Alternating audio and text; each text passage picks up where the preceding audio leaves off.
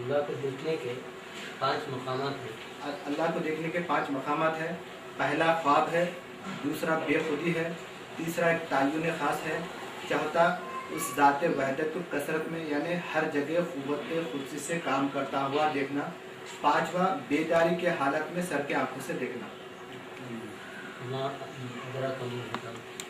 ادراک ما الحطمہ نار اللہ الموقدۃ التی تطلع علی الافئدہ انہا علیہم مؤصدہ فی عمد ممددہ.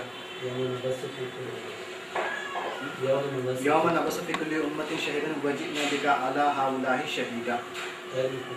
خیر القرون قرنی ثم الذین یلونہم ثم الذین یلونہم وازلفت الجنۃ للمتقین غیر بعید. وآخر دعوانا جو آپ کے سامنے اسلام اور ہندو مذہب کے جو تطبیقی جو اصطلاح ہیں آپ کے سامنے بیان فرما رہے تھے. میں اب آپ کے سامنے دعوت سخن محمد رحیم خان صاحب قادری مبلغ اسلام کو جو آپ کے سامنے خیالات کا اظہار فرمائے جو ہندوازم اور اسلام میں تطبیق کے مطابقت رکھنے والی جو اصطلاح ہیں وہ آپ کے سامنے دہرائیں. اشهد ان لا اله الا الله وحده لا شريك له واشهد ان محمدا عبده ورسوله. اما بعد، اعوذ بالله من الشيطان الرجيم. بسم الله الرحمن الرحيم. قل هو الله احد الله الصمد لم يلد ولم يولد ولم يكن له كفوا احد. صدق الله العظيم.